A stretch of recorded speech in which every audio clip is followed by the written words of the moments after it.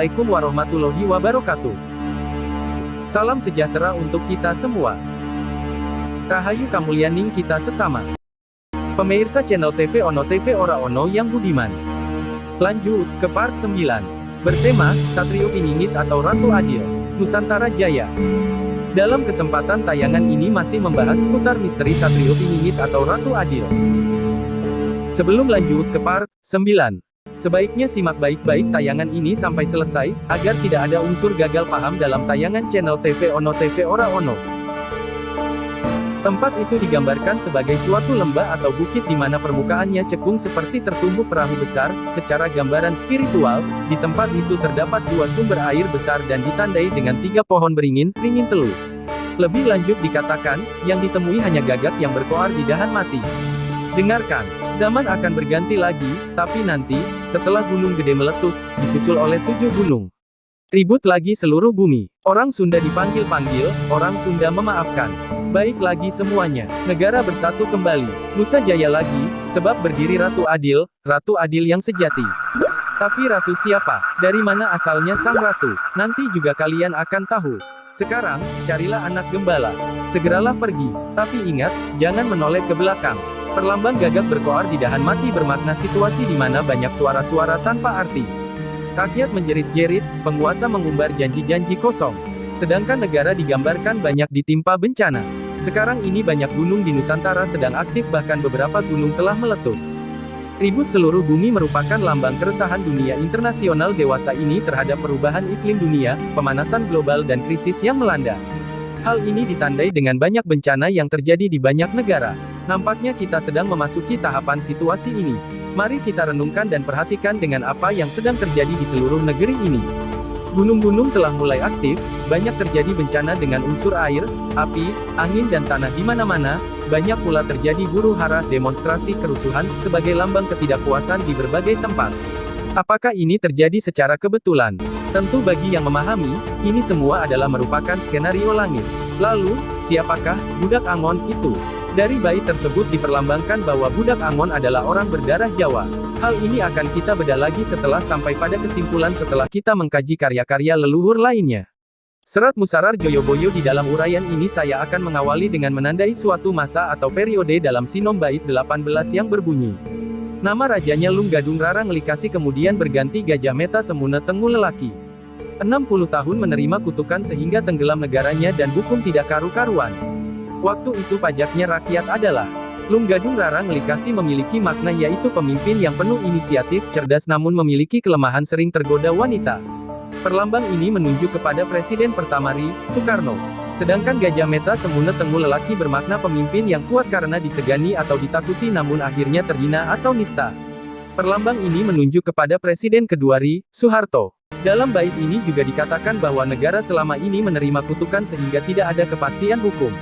Dalam bait 20 dikatakan, Wojok Tehnikang Negara, Narendra Pisahlan Abdi, Prabupati Sowang-Sowang, Samana Ngali Nagari, Zaman Kutila Genti, Karamurka Ratu Nipun, Semana Linambangan, Dene Maolana Ngali, Panji Loro Semuna Pajang Mataram. Artinya, negara rusak, raja berpisah dengan rakyat, bupati berdiri sendiri-sendiri. Kemudian berganti Zaman Kutila, rajanya Karamurka, lambangnya Panji Loro Semuna Pajang Mataram. Bait ini menggambarkan situasi negara yang kacau, pemimpin jauh dari rakyat, dan dimulainya era baru dengan apa yang dinamakan otonomi daerah sebagai implikasi bergulirnya reformasi, Zaman Kutila. Karakter pemimpinnya saling jegal untuk saling menjatuhkan, Raja Karamurka. Perlambang Panji Loro Semuna Pajang, Mataram bermakna ada 2 kekuatan pimpinan yang berseteru, yang satu dilambangkan dari Trah Pajang, Joko Tingkir, dan yang lain dilambangkan dari Trah Mataram, Pakubuwono. Hal ini menunjuk kepada era Gus Dur dan Megawati. Lalu pada bait 21 tertulis, Nakoda Meluwa Sesa, Kaduk Banda Sugiwani, Sarjana Sirep Sadaya, Wong Cilik Kawelas Asi, Ma Omah Bosah Basi, Kata Rajang Marga Agung, Panji Loro Dian Sirna, Nuli Rarangang Susami, Randa Loro Nututi Pijer Tetukar. Artinya, nahoda ikut serta memerintah.